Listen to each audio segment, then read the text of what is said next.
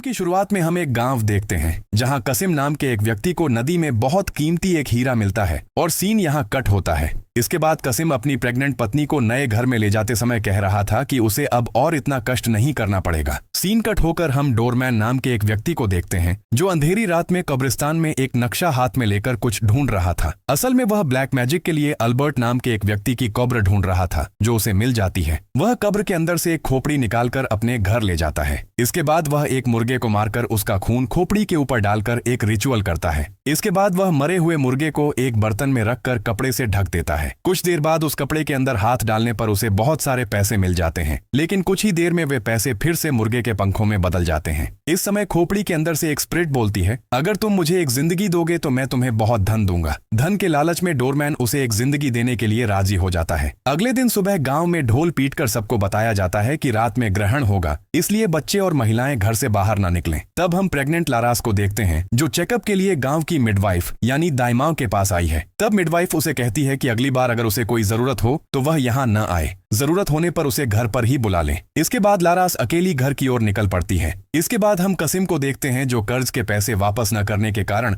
उचम नाम के एक व्यक्ति को मार रहा था। दरअसल कसिम हीरा मिलने के बाद गांव का बहुत बड़ा जमींदार बन गया है। उधर लारास जंगल के अंदर से घर जाते समय एक कुत्ता उसका पीछा करना शुरू कर देता है। कुत्ते से बचने के लिए वह भागने लगती है और अंधेरा हो जाता है। तभी उसके सामने डोरमैन आ जाता है। दरअसल कुत्ता डोरमैन का ही था। डोरमैन लारास को ही अपना शिकार बनाता है। डोरमैन उसे अल्बर्ट की कब्र के ऊपर रख देता है और कब्र की मिट्टी अंदर धंस जाती है और वह पहुंच जाती है शैतानों की दुनिया में जो अल्बर्ट का अड्डा था। वह लड़की को देखते ही उसके साथ जबरदस्ती करने लगता है। इधर कसिम लारास को न पाकर अपने लोगों के साथ जंगल के अंदर लारास को ढूंढने निकल पड़ता है। कुछ दूरी पर लारास के चिल्लाने की आवाज सुनकर वे सब उस तरफ जाते हैं। वे देखते हैं लारास उस कब्र के ऊपर पड़ी रो रही थी। लारास को देखते ही मिडवाइफ कहती है डिलीवरी का समय हो गया है। डिलीवरी के समय लारास को बहुत दर्द हो रहा था और कसिम अपने लोगों को समझा रहा था कि लारास के साथ जंगल के अंदर जो हुआ है वह किसी और को न पता चले। इसी बीच लारास का चिल्लाना सुनकर कसिम उसके पास जाता है। तभी लारास की डिलीवरी हो जाती है, लेकिन उनका कोई बच्चा पैदा नहीं होता है। एक अजीब तरह की चीज पैदा हुई है। उस अजीब अंडे जैसी चीज को मिडवाइफ अपनी बेटी को कपड़े से अच्छी तरह बांधकर रख देने को कहती है, क्योंकि ग्रहण चलते रहने पर चांद की रोशनी इस पर न पड़े। वह कपड़े से ढककर रखती तो है, लेकिन हवा के एक झटके से वह कपड़ा उड़ जाता है और उस अंडे पर चांद की रोशनी पड़ती है,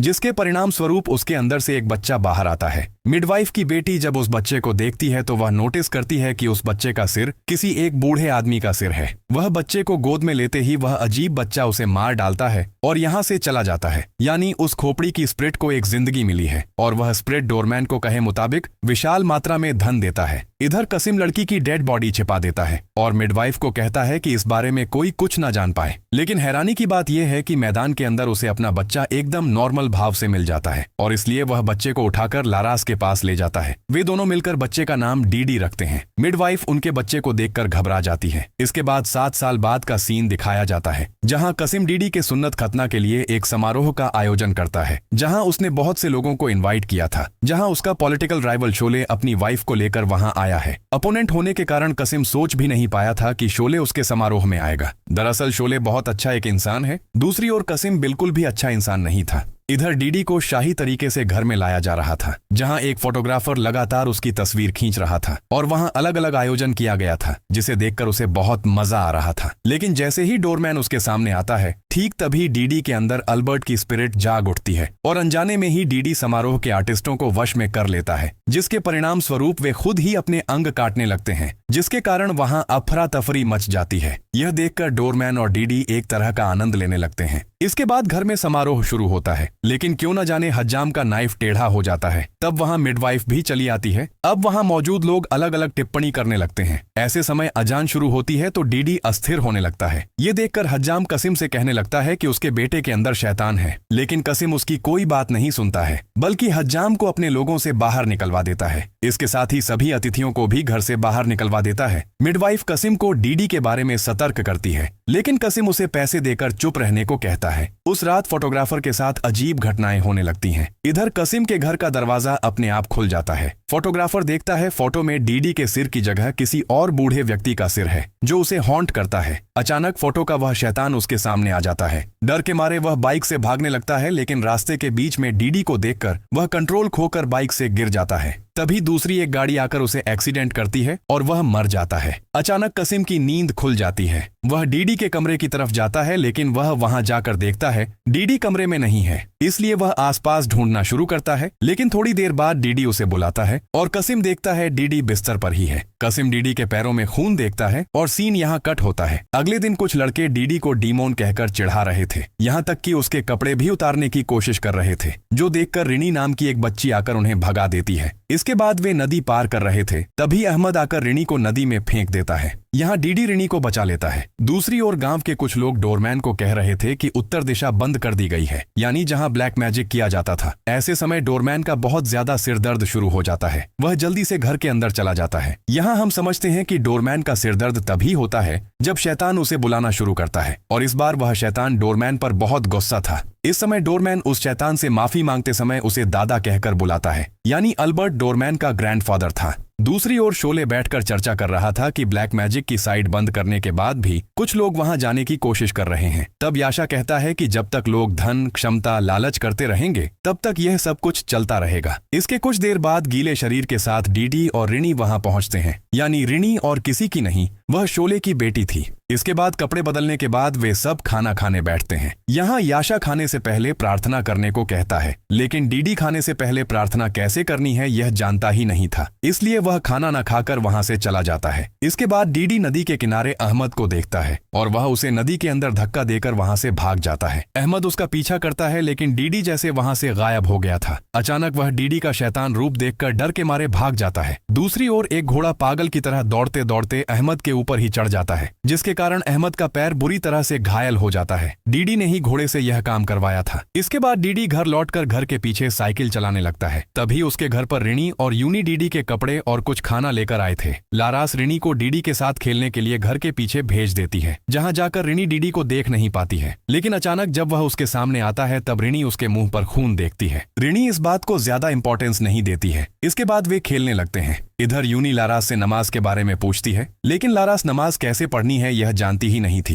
क्योंकि उसका परिवार बिल्कुल भी धार्मिक नहीं था। लेकिन यूनी उसे हर तरह से नमाज पढ़ाने की कोशिश करना चाहती है। दूसरी ओर डीडी रिनी को साइकिल चलाना सिखा रहा था। ऐसे समय रिनी जब कुएं के अंदर गिरने वाली थी तब डीडी उसे बचा लेता है, यहाँ तक कि वह रिनी को हमेशा बचाएगा यह वादा भी करता है। इतनी देर में लारास नमाज पढ़ने के लिए तैयार होकर आती है। उसी समय वहाँ कसिम पहुँचता है, जो अहमद के माता पिता को पैसों के बदले उसका दोष छिपाने की कोशिश कर रहा था। लारास जब ये बातें जानना चाहती है तब कसिम कहता है कि उनके घोड़े ने अहमद का पैर तोड़ दिया है। ये सुनकर लारास अहमद के घर जाना चाहती है। यूनी भी उसके साथ जाना चाहती है, लेकिन कसिम अपने अपोनेंट की वाइफ को देखकर असहज फील करता है और वह उससे रूखे ढंग से बात करता है। लारस यूनी के साथ जब अहमद के घर चली जाती है तब अहमद बार बार डीडी के शैतानिक रूप के बारे में बोल रहा था। उधर कासिम पिंजरे के अंदर एक मरा हुआ बकरा पाता है, जिसे देखकर वो समझ जाता है कि ये काम उसके बेटे ने ही किया है। आप लोगों को शायद याद होगा जब रिनी ने डीडी के मुंह पर खून देखा था, यानी डीडी जिंदा बकरे का खून पी रहा था। इधर रात में लारस डीडी से अहमद के साथ घटी घटना के बारे में जानना चाहती है, क्योंकि अहमद बार बार डीडी की ही बात बोल रहा था। डीडी यहाँ अपनी माँ को कुछ नहीं बताता। रात में डोरमैन कासिम के पास जाकर उसे इलेक्शन में मदद का ऑफर करता है, लेकिन कासिम डोरमैन के इस प्रस्ताव को ठुकरा देता है, क्योंकि वो अपनी कोशिश से इलेक्शन जीतना चाहता है। दरअसल डोरमैन यहाँ ब्लैक मैजिक के जरिए कासिम को जिताने जा रहा था, क्योंकि कासिम के जीतते ही ब्लैक मैजिक की जो जगह बैन कर दी गई थी उसे वो फिर से चालू कर सकेगा।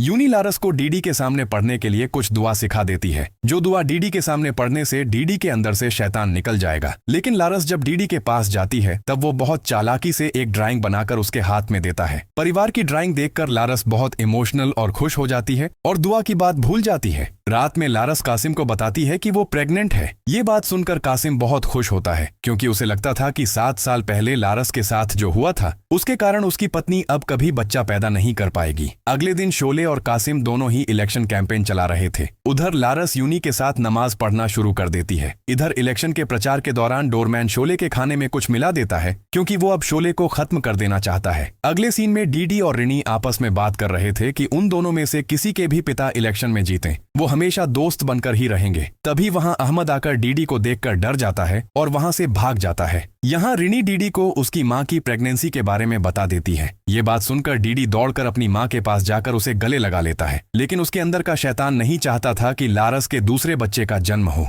रात में शोले खाना खाने के लिए तैयार हो रहा था। ठीक तभी याशा उसे खाना खाने से मना करती है, क्योंकि वो समझ गई थी कि इसमें ब्लैक मैजिक किया गया है। वो कुछ दुआ पड़ती है जिसके कारण वहां से निकल आते हैं कुछ शैतानी कीड़े। तब डोरमैन थोड़ा बीमार पड़ जाता है और उसके मुंह से कीड़े मकोड़े निकलने लगते हैं। डोरमैन बात को समझकर ब्लैक मैजिक करके शोले की फोटो आग के ऊपर रख देता है। तब तेज हवा के कारण रिनी की नींद खुलने पर वो धीरे धीरे दरवाजे के पास जाती है। वहां वो देखती है डीडी को, जिसका सर बदल गया था शैतान में, जो असल में शोले को मारने के लिए आया था। लेकिन रिनी को देखकर वो वापस चला जाता है। यहाँ एक बार फिर डोरमैन का काला जादू नाकाम हो जाता है। जब रिनी सबको डीडी के खौफनाक चेहरे के बारे में बताती है, तब याशा समझ जाती है कि वो शैतान और कोई नहीं बल्कि अल्बर्ट की स्पिरिट है। याशा बताती है कि बहुत पहले गांव में एक पुर्तगाली था जिसे बंदर का सर खाने का शौक था, और गांव के जो लोग उसके खिलाफ बोलते थे वो उन्हें टॉर्चर करता था, यहाँ तक कि उस गांव की औरतों के साथ जोर जबरदस्ती करता था। इन सब वजहों से गांव के लोग तंग आकर उसे बेरहमी से मार डालते हैं, जहां उन्होंने उसके हाथ पैर शरीर से अलग कर दिए थे। याशा ये भी कहती है कि अल्बर्ट की स्पिरिट को वापस लाने वाला बस एक ही है और वो डोरमैन ही है। और पूरे गांव में ऐसी बात फैली थी कि डोरमैन अल्बर्ट का ग्रैंडसन है। और सबसे बड़ी बात यह है कि डोरमैन और याशा ने एक ही टीचर के पास पढ़ाई की थी।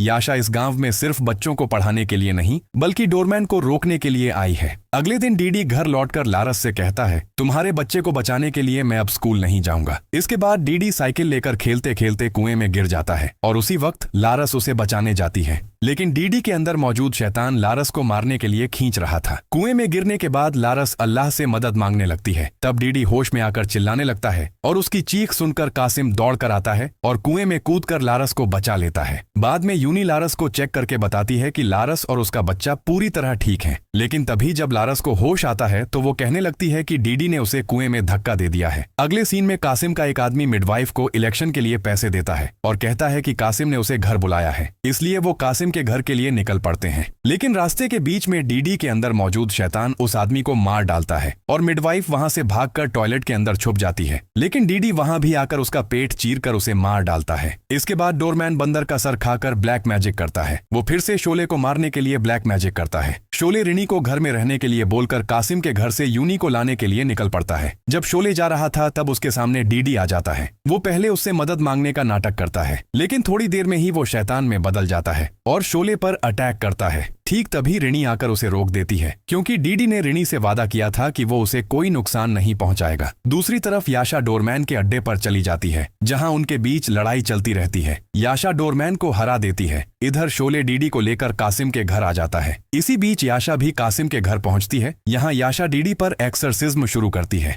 एक्सोर्सिज्म के समय डीडी भयानक तरीके से शैतान के रूप में तड़पने लगता है। एक समय पर शैतान कासिम को कहता है, अपना वादा पूरा करो। लेकिन याशा और डीडी की माँ लगातार सूरह पाठ करती रहती हैं और याशा डीडी के अंदर से शैतान को बाहर निकाल पाता है। दूसरी ओर डोरमैन को अल्बर्ट की स्पिरिट उसकी कब्र के अंदर खींच लेती है। इसके बाद कासिम शोले को इन सब बातों के लिए धन्यवाद कहता है। अगले दिन इलेक्शन होता है। वहां कासिम जीत जाता है, लेकिन कासिम शोले को गांव का प्रधान के रूप में इलेक्ट करता है। वह चाहता है कि शोले ही इस गांव के प्रधान के रूप में जिम्मेदारी ले, जिसके बाद डीडी एकदम ठीक हो जाता है। इसके कुछ दिन बाद लारास दूसरे बच्चे को जन्म देती है, लेकिन बच्चे को जन्म देने के बाद ही वह शैतान में बदल जाती है और वह शैतान मिडवाइफ को मार डालता है। इसके बाद वह शैतान कासिम से किसी एक समझौते के बारे में कह रहा था। आपको शायद याद हो, कहानी की शुरुआत में ही कासिम अचानक अमीर हो गया था। हो सकता है उसने किसी शैतान के साथ एक समझौता किया हो। अब वह शैतान कासिम को दो ऑप्शन देता है। वह कहता है या तो उसे डीडी को सैक्रिफाइस करना होगा या फिर अपने दूसरे बच्चे को, और मूवी यहीं खत्म हो जाती है।